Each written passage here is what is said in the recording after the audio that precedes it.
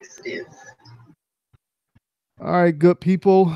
Today I have with me Maggie Mordaunt, who is the founder and owner of the Women's Defense Network, and Brenda Osborne, who is a training coordinator and fitness guru with the Women's Defense Network. How y'all doing, ladies?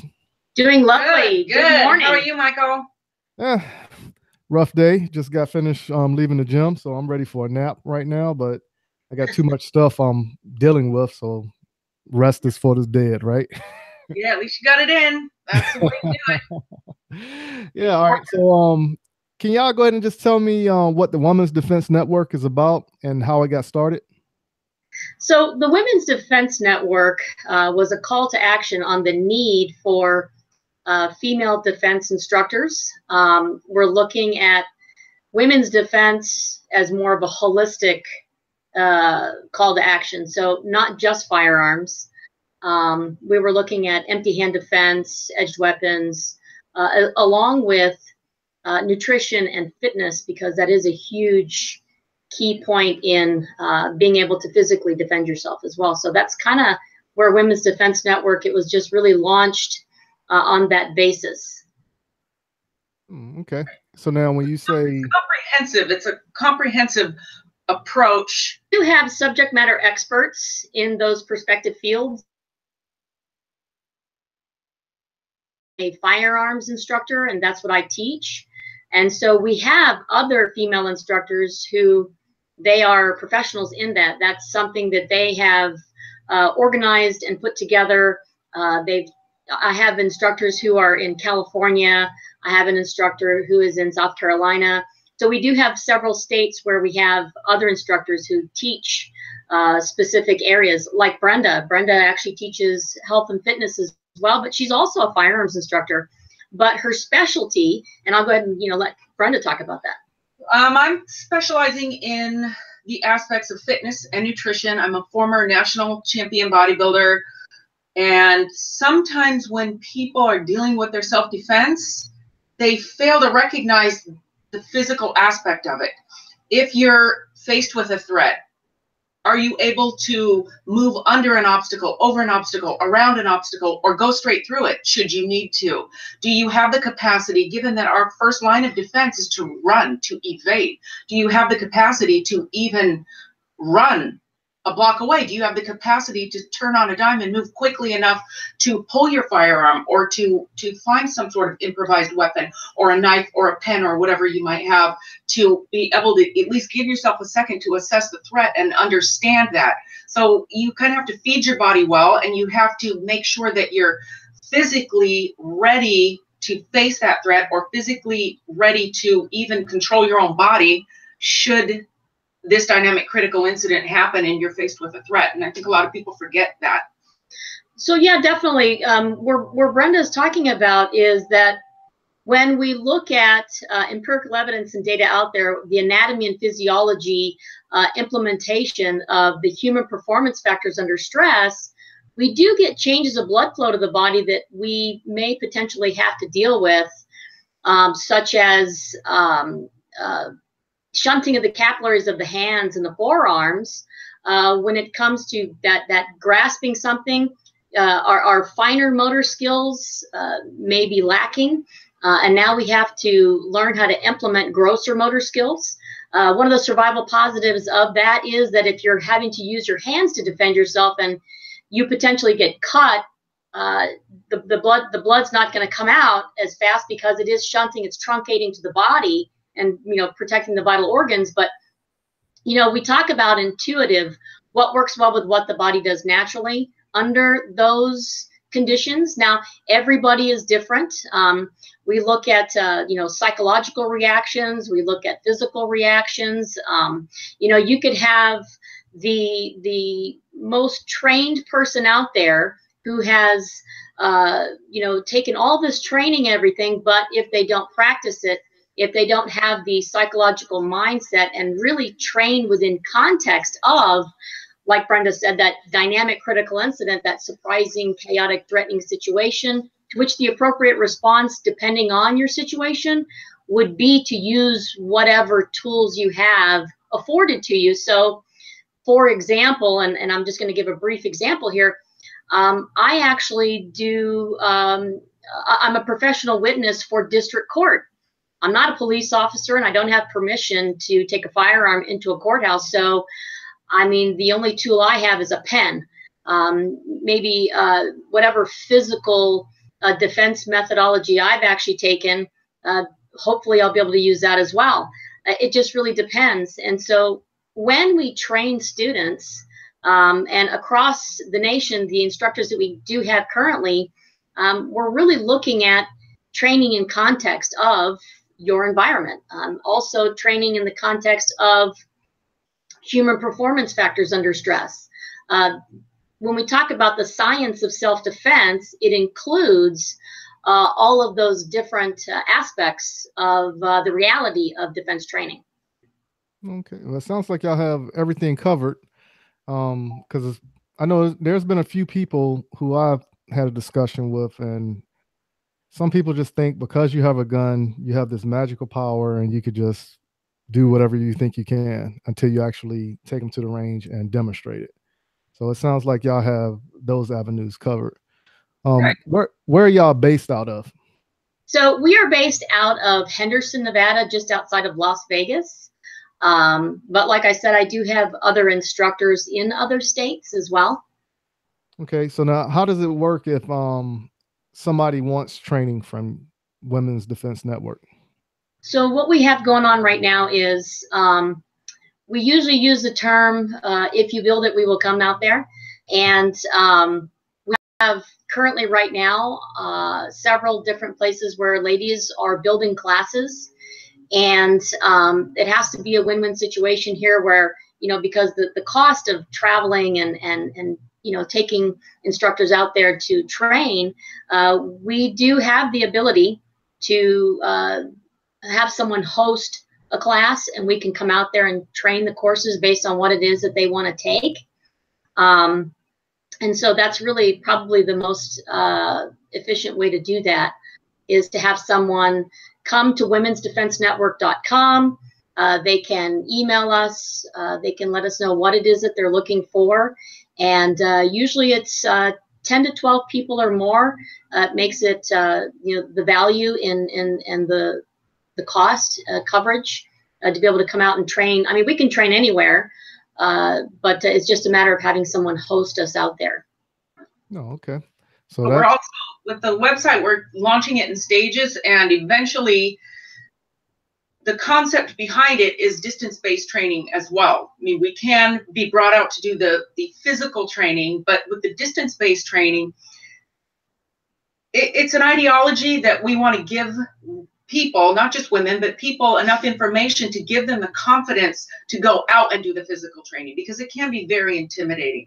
It can be intimidating because you don't know where to go, you don't know the verbiage, you don't know the protocol, you have no idea what to expect. So the initial rollout of information is a distance-based, starting from the very, very beginning, the nuts and bolts, everything that you would need to know so that you would feel comfortable enough to go out and seek that physical training.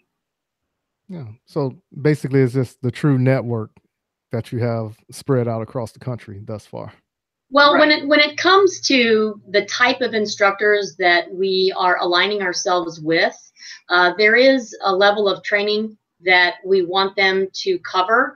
There is the science of self-defense. I know that there's a lot of great training out there, and there is that first touch training. We want to make sure that information is delivered with that reality-based training mindset, and understanding that firearms training for defense in itself is not a choreographed methodology. We can't say, we don't use absolutes. We don't say this is always going to happen, this is where you're always going to respond. And so we want to have more instructors who understand reality-based training. We talk about, you know, there's like, I'll throw some names out there. There's the NRA training. I myself am an NRA training counselor, and sure, that's a great first touch. It's a great, less, maybe more inviting at some point.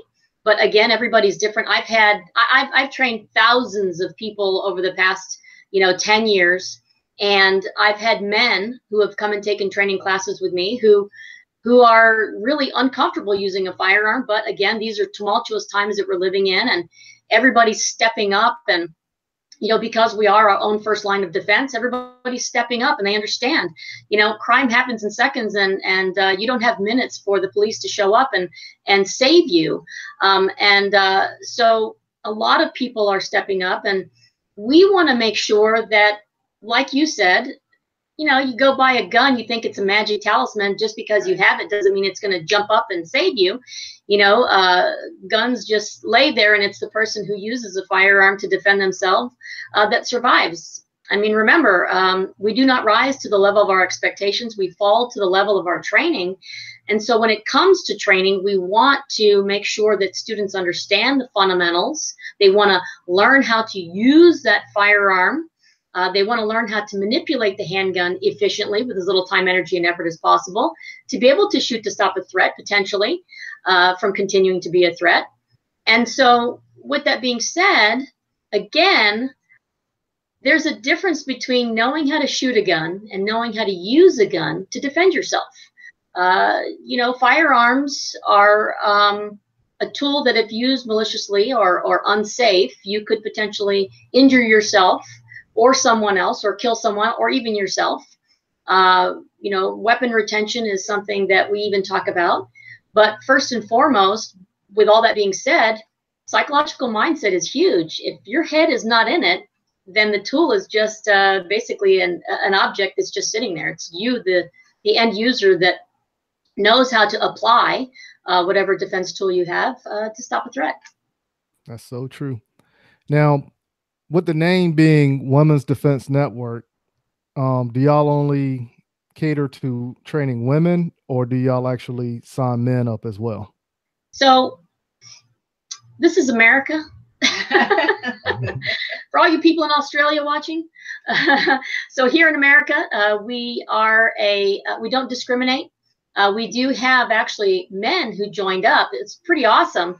We're just so excited because right now, like Brenda said, our ultimate goal is to have the online distance learning education program online for that first touch. And so people understand, you know, the information before they physically come and do it, or even get out there and practice it. So we do have several men who joined at the soft launch, even with no education on the website yet, because they truly believe in what it is that we're going to be delivering. Again, like Brenda said, this is the first, when we first put this out there, it was a soft launch. We're actually launching in phases because we just don't want to just puke out information. We don't want to just slap it up there. We are putting out good information so that it is all across the board for men and women. We don't discriminate. I've never had a female instructor. Of all the training I've ever taken, I've only had male instructors. And it's not that we're saying that women can't take training from men. Like Brenda said, we want to be able to be kind of that baseline or even that future in whatever women feel comfortable with. And I can tell you that a lot of women have told me, well, I don't really feel comfortable. I might feel a little intimidated. And again, that goes back to a person's history. You know, we have women who have signed up who have that history of domestic violence. They have maybe bad history with men. And, you know, there are some bad guys out there. There are some bad girls out there too, by the way. So it's just kind of more of a, you know, trying to be sensitive to, you know, because women feel very confident with women. And I can say the opposite, by the way, because I know there's some women out there that I'm not even comfortable being around just because personality is getting in the way. But more to your question, sure, we have guys that come and take training. We have guys who will really benefit from this information. Women are very detail oriented. You know, very emotional. We're very emotional. More emotionally based. We're very emotionally, yeah, very much so. But when it comes to the information, we want to make sure that we fulfill all of the details, that we answer the why questions and why we teach what we teach. You know, as instructors, we have to know the information layers deep because not everybody learns the same way. everybody, has their own different understanding of, what something means, because we have even different cultures. We're all coming from different areas of the U.S. We are, we have a lot of people coming from other countries that are becoming American citizens. I myself am fluent in Spanish, and at some point we'd like to have even our curriculums in Spanish as well.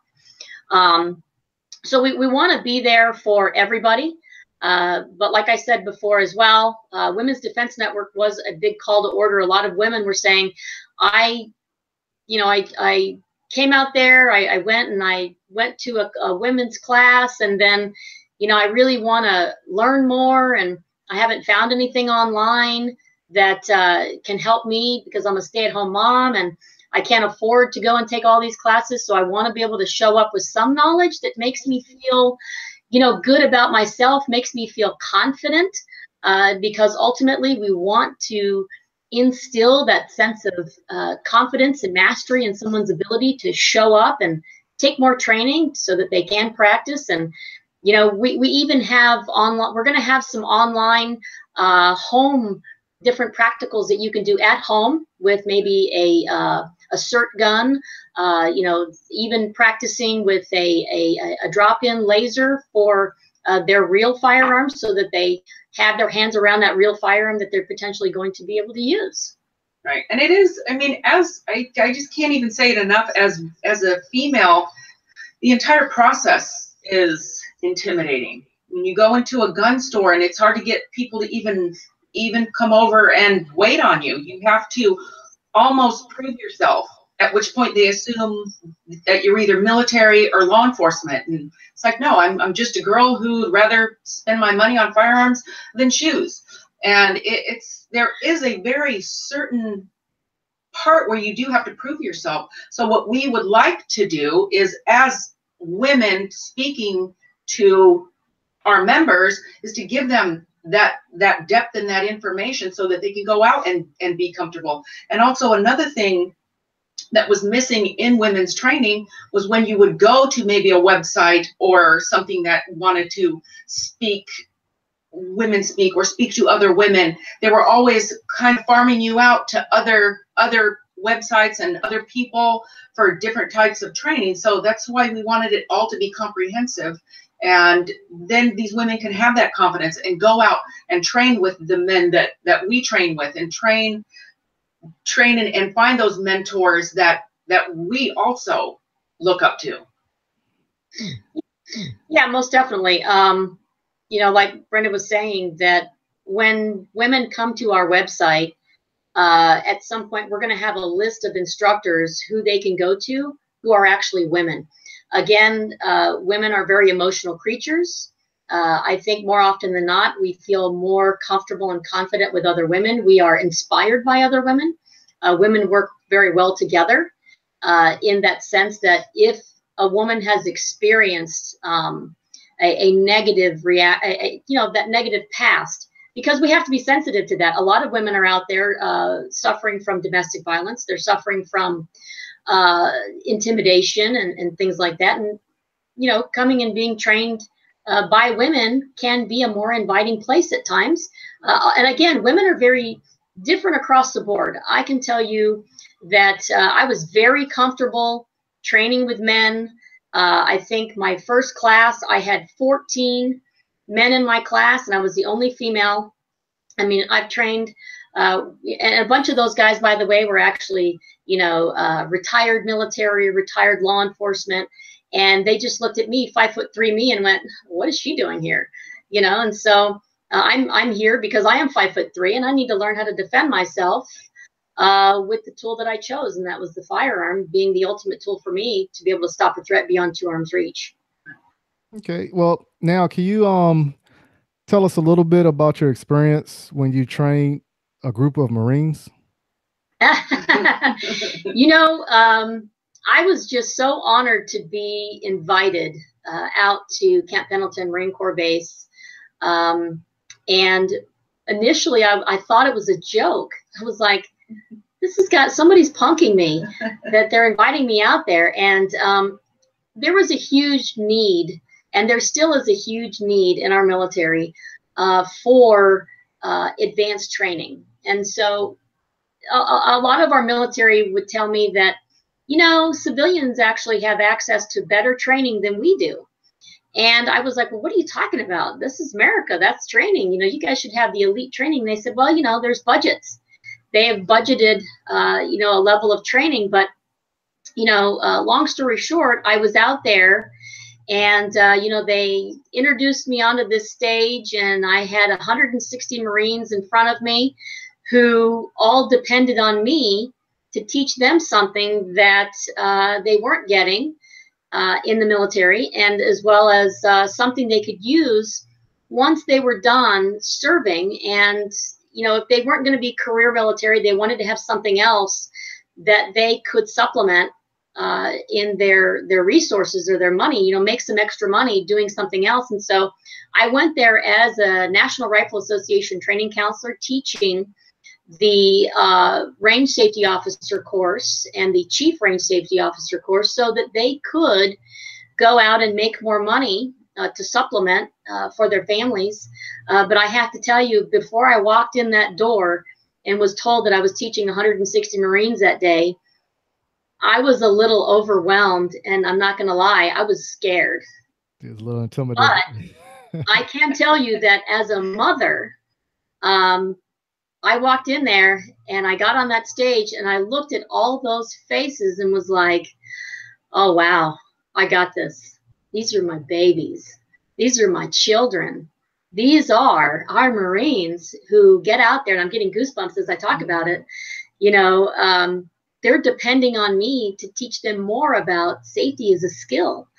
And to, after that class, I also taught the Utah and Florida CCW class. And so within that, I developed a class called Combat Citizen Workshop. And I should say, not just myself, but my husband and I, we sat down and we looked at what's missing when it comes to training for our Marines. What are they really needing in this? Because they're not always, on base. They step off base, and they wanted to be able to know how to apply defense skills. So we developed the Combat Citizen Workshop, a course that teaches not only our military, but civilians as well, and our law enforcement, which is pretty popular, by the way, with law enforcement too. That course teaches intuitive defense. It also teaches how to use a firearm efficiently with as little time, energy, and effort as possible. We also talk about the laws that apply in a civilian world. The theater of war in the military or abroad is quite different than the application of law in the civilian world. And so we talk about just because you can doesn't mean you should, even though you are working within the confines of the law. Brenda kind of touched base on it. The fundamentals of defense, how you apply those, evade, barricade, communicate. The fundamentals of concealed carry is a course that we teach through Women's Defense Network. It is all within the aspects of choosing handguns that are best for concealed carry, how to conceal carry them safely and efficiently, how to deploy them in the event that you have to in that dynamic critical incident. And so it was so awesome being able to teach that to our Marines, because these guys were all like, we use, long guns, and usually our threat is, miles away. And so the cool thing is that so far I've taught over 240 Marines, and not to include, at Camp Pendleton, about 240 Marines, but I still get a lot of military who come out and they're like, hey, so I heard about you and I want to come take training with you. And I'm like, well, where did you hear about me? And they're like, yeah, through some website, and they're talking about this woman and how she went to Camp Pendleton. Being the first non-commissioned military female firearms instructor on Edson Range was huge for me. And again, an honor to be able to serve those who serve us and protect our freedoms was just, gosh, such a blessing. It really was. Oh yeah. Now, since I am an Army guy, you lost me at goosebumps, but I still support the military. All right. Now, will you guys be going to any conventions in the future outside of SHOT Show?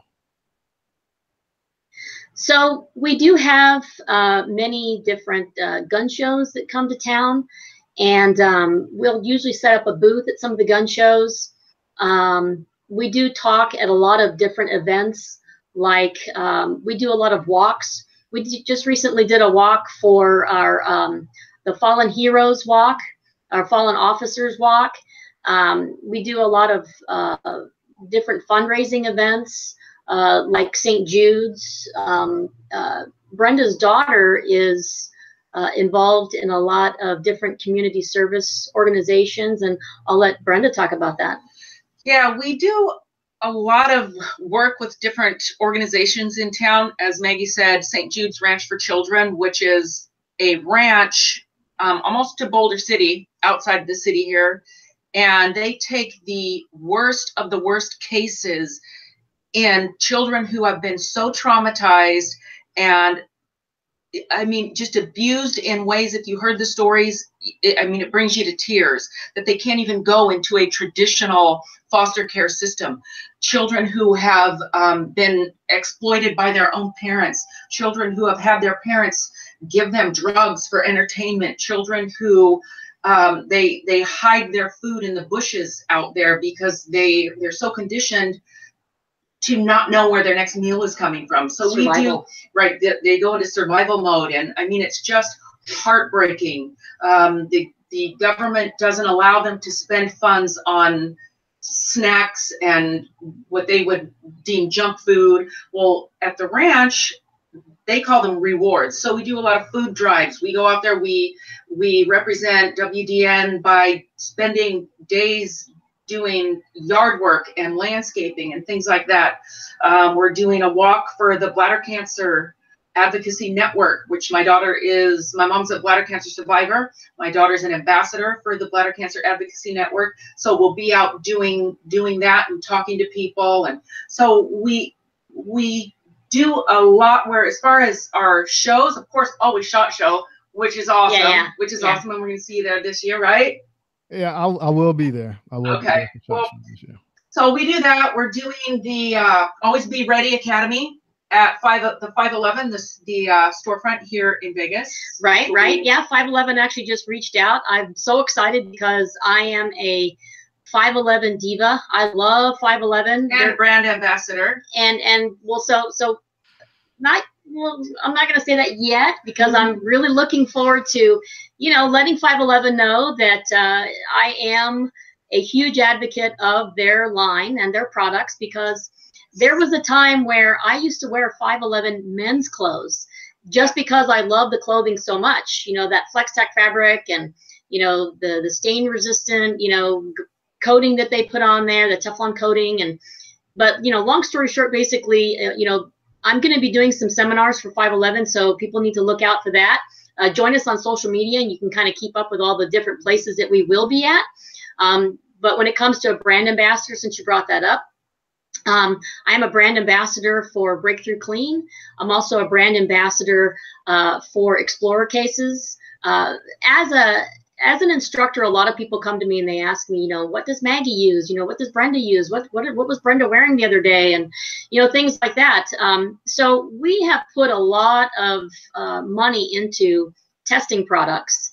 And so we test a lot of products out there to find out what is, where should people be spending their resources, and what value, does this product bring to my life? But if you jump on social media, back to where we're going to be at, we did want to go to the NRAAM, the NRA's annual banquet. We'll probably go next year and have a booth. But for this year, it was just all about kind of getting things together for Women's Defense Network. We're doing gun shows. Again, go online, join us on social media. You can keep track of us, of where we're at. Also, ladies in other states, where they're going to be at and representing Women's Defense Network, you can always go on WDNtraining.com or womensdefensenetwork.com. You can join. You can do $5 a month, $50 a year. We also have a name your own price membership. A really cool thing is that we have Springfield Armory, who is sponsoring us with a free gun. and they are going to, once we get to that mark that we need to get to, we're going to pick one lucky winner to win that gun. It's the Springfield Mod 2. It's a full size, beautiful gun. I actually have one, and so does Brenda. We're really loving Springfield. We're on a Springfield kick right now, even though I love my Glocks and my Smith & Wessons and H&Ks and stuff. But right now I'm kind of on a Springfield kick just because they have just been so good to us, and I'm really loving their products, and I'm going with what's working for me right now. And Springfield, their guns are great. I'm just really loving them, and all the different gear that's coming out to be able to use those firearms specifically. And so anybody ever has any comments, questions, or concerns, they can always email us, contact us on WDNtraining.com or Women'sDefenseNetwork.com. Again, social media, Facebook, Twitter, Instagram, so on and so forth. Okay. So now, by y'all going to the NRA annual meeting next year and having a booth,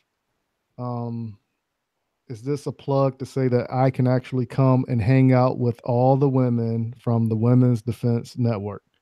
Now, yeah. I want to be the only guy there. I want to be the only guy there.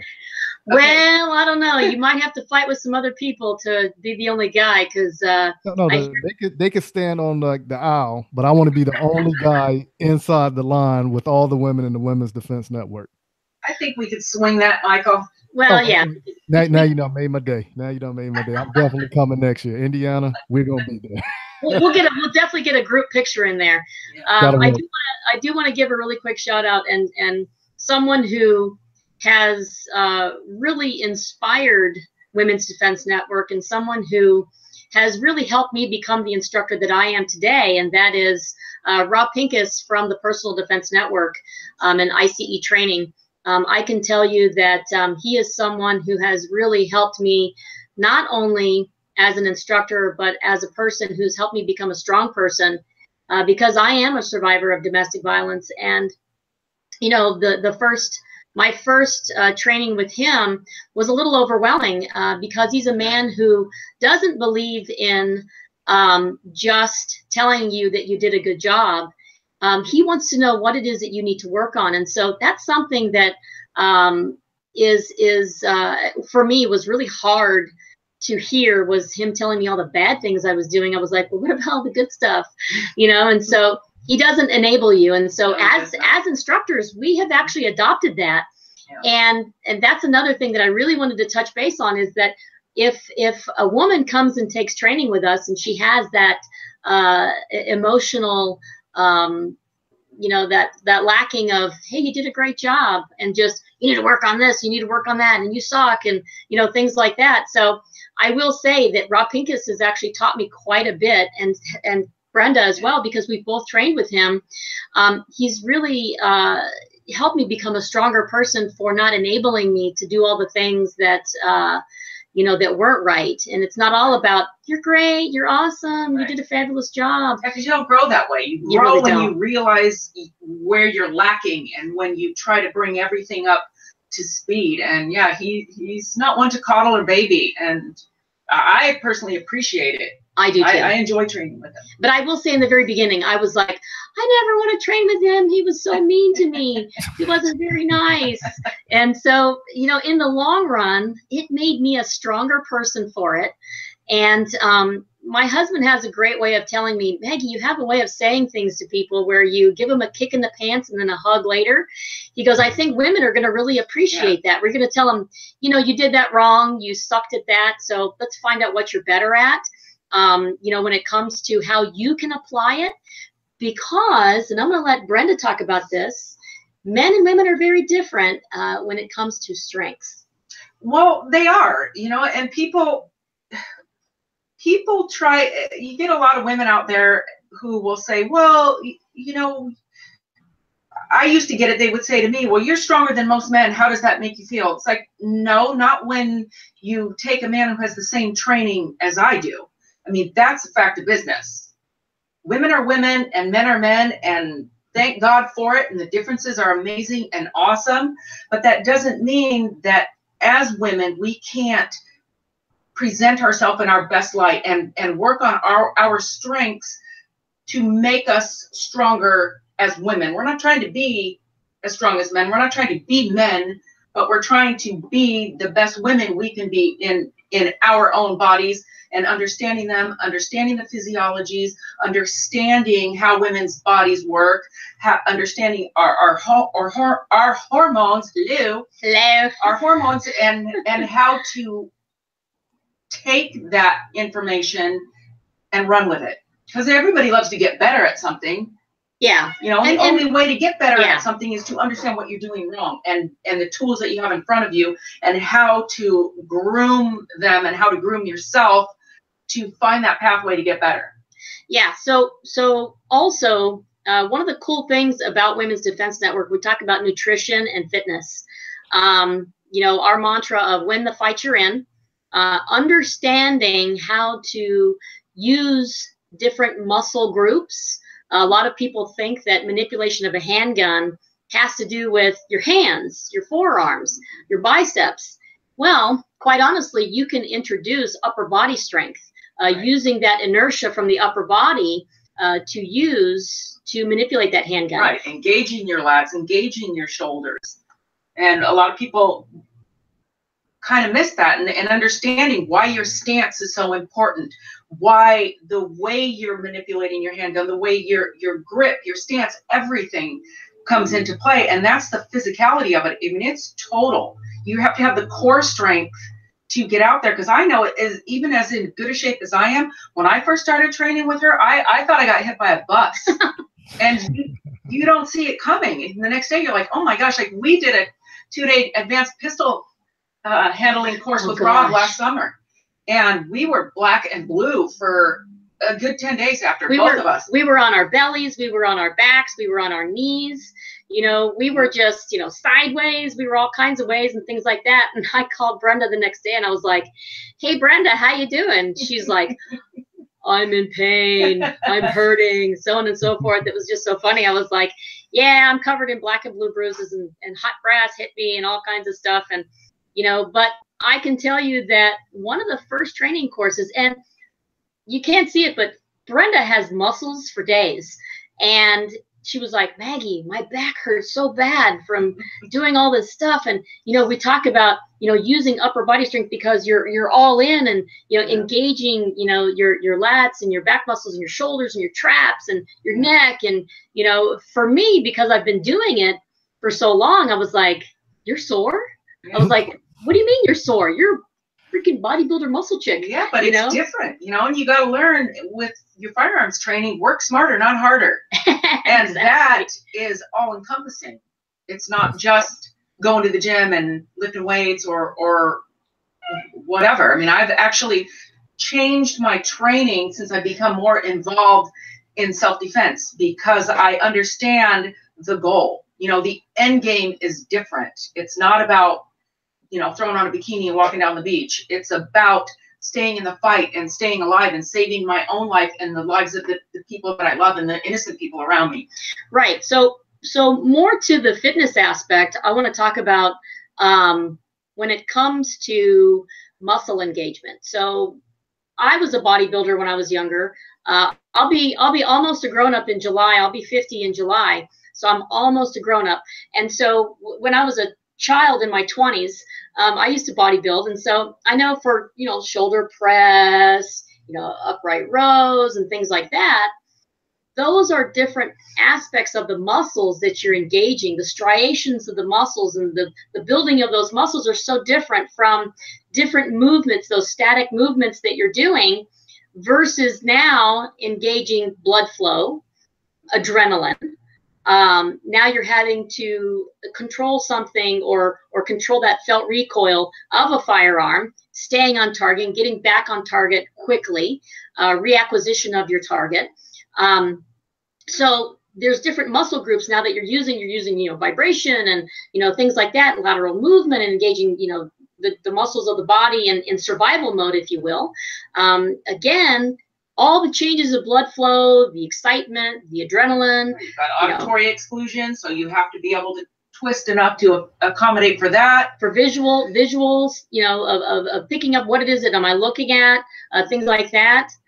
So it is an all-encompassing training. Again, it's intuitive, what works well with what the body does naturally. So we want to use within the fitness program that we're putting together here with Brenda and myself and others, is focusing on what are the muscles that will have to be reactive to that dynamic critical incident, that surprising chaotic threatening situation. And again, all situations are different. And upon recognition of a threat, am I ready mentally? Again, the brain is the strongest tool you have.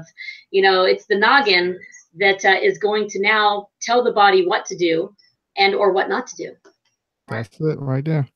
All right. So now I have some questions I'm going to ask both of y'all, but I want you to say the first thing that comes to your mind without any explanation. Okay. All right. Yes. So it doesn't matter who goes first. So it's like, if you answer, and then Maggie, as soon as she finishes, you just jump in and say your answer. Sure. All right. So as quick as you can. All Okay. right. You ready? Yeah. All right. So the first one will be gun control. We need to have comprehensive conversations when it comes to guns. That's, if I were to say something, that would be it. That we need to speak. We need to come together and speak comprehensively about it, and without emotion, and come from a place of fact and a place of reality. And I think that gets lost a lot. I would say that gun control, based on the fact that there is already 2,000 or plus laws in place, we need to look at the laws that we have in place first and work on that. Implementing the laws that are in place. There are several different schools of thought when it comes to gun control. There's already background checks. I think we have more of a mental disability. The crazy people out there. Evil exists, and what are you going to do when it shows up? Okay. Keep your guns locked up. Yeah. All right. So now I'm only going to say 2 weapon systems or 2 firearm companies. Okay. So Smith & Wesson or Glock. Did you say Smith & Wesson or Glock? Yes. Glock. USPSA, IDPA, or 3-gun? Well, I do IDPA, and me and you are going to do some USPSA at some point, and then some soda and some barfin and some stuff coming along. So all I can talk about from a competitive standpoint is IDPA, because that's where I'm at now. I actually enjoy competing. I will never be the fastest shooter. I'm a defensive shooter, but I like to extract from it the things that are going to help me to be a better defensive shooter. I think 3-gun is a first touch. I think 3-gun is probably based on the 3GE, the NRA 3GE. They do have something that is for all the way from teenagers upwards to adults. And it is a really fun event. But when it comes, they're all very different, IDPA, USPSA. I think everybody should get out there and do it at least once. They're fun. Okay. Your favorite celebrity instructor? Rob Pickens. 115 grain 9mm or 124 grain 9mm? 115. For what? 9mm. So for 9mm, is that for practice or defense? No, I'm just saying, just the grain. You pick whether it's practice or defense. For practice, I go 115. For practice, 115 ball ammunition, because it is actually by its design, designed for practice, whereas hollow points are actually designed for defense. Okay. Bonded hollow point. The last question. This right here is the $1 million question. All right. You ready? Ready. Yeah. Spaghetti or lasagna? Lasagna. Oh, I'm coming to Vegas. I'm coming to Vegas. You got me. Because lasagna has everything in it. Spaghetti is just pasta. Right. All right. So once again, go ahead and tell the great people how they can find you on social media. So you can find us on Women's Defense Network. Women'sDefenseNetwork.com has all the little links to social media. And WDNtraining.com. Yeah, WDNtraining.com, Women'sDefenseNetwork.com, FemaleFirearmFitness.com. Also, I think that's about it for social media. But I do want to give before we go away, I do want to say that our website. We want to say a big, huge shout out and thank you to CCW Safe, our sponsors. We only have one sponsor, by the way. They're the only ones who stepped up and invested in Women's Defense Network. So if you check out CCW Safe, they are by far one of the best organizations out there for everybody who uses a firearm to defend themselves. You don't actually have to have a CCW to be a member of CCW Safe. I'm also on their advisory panel. So if you go to ccwsafe.com, you'll see me on there. If you want to join, you can go through my link through Homeland Personal Protection or hpptraining.com, which is another company that we are partnered with, by the way. Brenda is a firearms instructor for Homeland Personal Protection. She's contracted with us, and it's another organization that I did start. So yeah, check out all the different companies that we have on Women's Defense Network. Again, we've actually tested a lot of the tools on there. So anywhere from range gear to firearms. You know, Springfield Armory right now is just really on the top of my list. They're our top shelf organization, and they've been around for a really long time and are huge supporters of our Second Amendment rights. And if you have any questions for any of us, please email Contact us. Yeah, it's a very interactive, and we are very hands-on. So anybody out there, if you have a question about a firearm, about gear, clothing, fitness, health, anything, feel free. They can email us at any time. Very organic. Come on out and give us any questions that you have. Remember, Women's Defense Network is a lifestyle, and let us help you create your new normal if it's something that you are implementing into your life right now. Women are defenseless until we stand up and defend our rights. That's right. All right, good job, good job. So we're all going to stay in touch with each other. I'm coming to Vegas. Get me some lasagna, and of course going to the shooting range. But for now, I'm going to hand it back over to Ken. So like I always end every segment that I do, keep shooting, keep practicing, and have fun. Back to you, Ken. Train, train, train.